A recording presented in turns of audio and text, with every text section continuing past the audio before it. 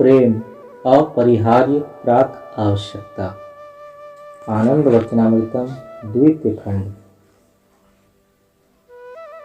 जैसा कि तुम लोग जानते हो, कढ़ी हर प्रकार से सावधानी पूर्वक क्यों न बनाई जाए, वह ग्रहणीय नहीं होगी यदि उसमें नमक न मिलाया जाए। उसी प्रकार शांत को अनंत से मिलाने का सारा प्रयास असफल हो जाएगा यदि उसमें प्रेम न रहे। कर्म का उदाहरण लो। साधक कर्मयोगी है तो भी उसके सारे प्रयास निश्चय ही असफल हो जाएंगे यदि भक्ति की कमी हो।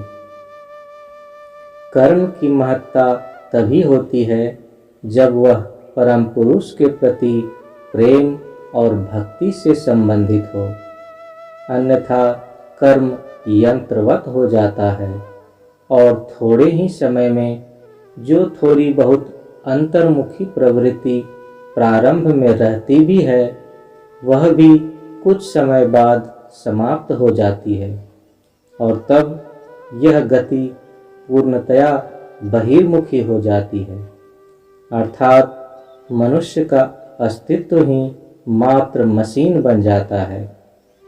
अतः कोई भी भूमा लक्ष्य की प्राप्ति कर्म के माध्यम से नहीं कर सकता है, जब तक कि वह कर्म परम पुरुष के प्रति प्रेम किंवा भक्ति से संबद्ध न रहे।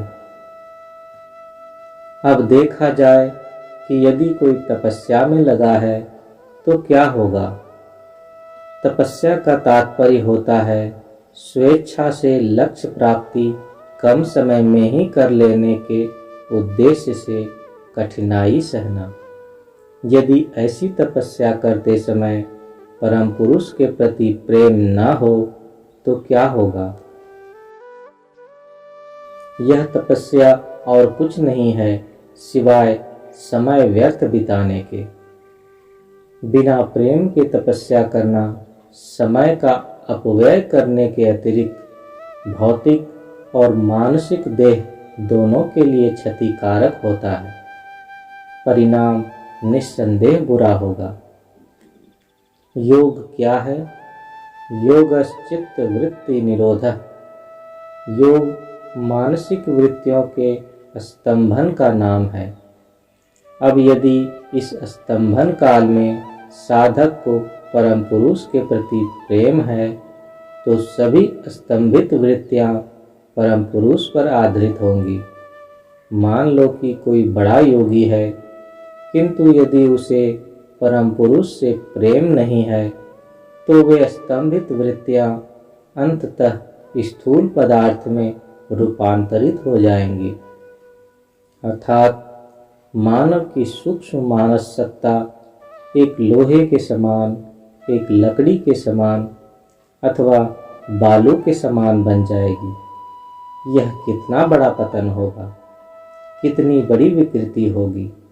इस प्रकार का योग जिसमें परम पुरुष के प्रति प्रेम नहीं होता है, संस्कृत में हठ योग कहा जाता है।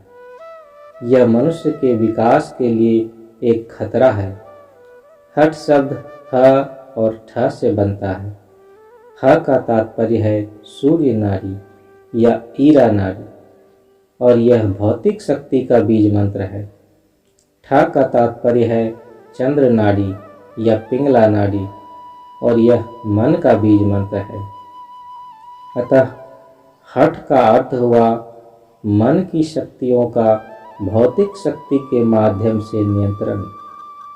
सामान्यतः जब सहसा अथवा एकाएक कोई कार्य घटित हो जाता है तो हम हठात शब्द का प्रयोग करते हैं, अर्थात हठेन कुरुते कर्म। स्पष्टतः हठ योग का अभ्यासी मोक्ष नहीं प्राप्त कर सकता। मान लो कोई व्यक्ति ज्ञानी है, बुद्धिजीवी है, किंतु उसको परम पुरुष के प्रति प्रेम या भक्ति नहीं है। इससे लोग उसे ज्ञानी मानते हैं और कहते हैं कि वह यह जानता है, वह जानता है, किंतु परमात्मा के बिना ज्ञान केले का छिलका है। किसी को वह रुचिकर नहीं लगेगा। उसका ज्ञान पराविद्या नहीं है, बल्कि उसका ज्ञान अपराविद्या है, अर्थात उसका सापेक्ष ज्ञान जड़वादी चिंतन के क्षेत्र का है। पिछली शताब्दी में इस प्रकार का जड़ भौतिक ज्ञान, जो स्थूल जड़वाद से संबंधित था, मानव समाज को दिग्भ्रमित कर दिया। इसने मनुष्यों को पशु बना दिया और पशुओं का भी शोषण इस सिद्धांत के प्रतिपादकों द्वारा हुआ। प्रेयस्करा या बुद्धि सा बुद्धि प्राणघातिनी, श्रेयस्करा या बुद्धि सा बुद्धि मोक्षदायिनी। यह कहा गया है कि सभी ज्ञान, चाहे परा हो या अपरा, दूध के महासमुद्र के समान है। इस दूध के महासमुद्र को मथने से तुम्हें क्या मिलेगा? तुम्हें मिलता है छाछ और मक्खन। भक्तगण इस मथे दूध से प्राप्त मक्खन का उपयोग करते हैं, शेष भाग ज्ञानियों के लिए बचा रहता है। बुद्धिवादी उस शेष छाछ के स्वामित्व के लिए आपस में लड़ते हैं। अंततः वह छाछ भी सड़ जाता है और वे चूंकि इस निर्णय पर नहीं पहुंच पाते कि कौन उसका स्वामी है, अतः वे उसका भी उपयोग नहीं कर पाते हैं। भक्ति के कई प्रकार हैं।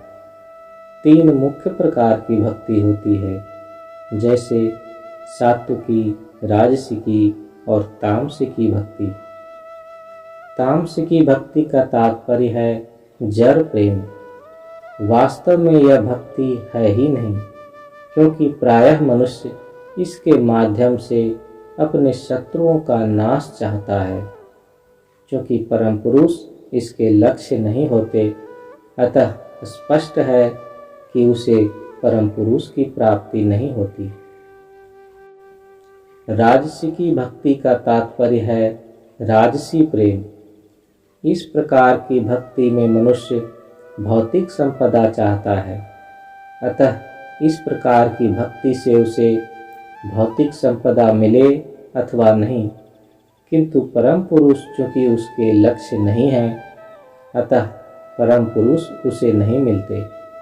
सात्विकी भक्ति या सात्विक प्रेम में लक्ष्य होते हैं परम पुरुष। साधकों को चाहिए कि वे उनकी ही कामना करें, मात्र उनकी। मानवीय प्रयासों का चरम लक्ष्य यही है। श्री श्री आनंद मूर्ति, पटना, 13 सितंबर 1978।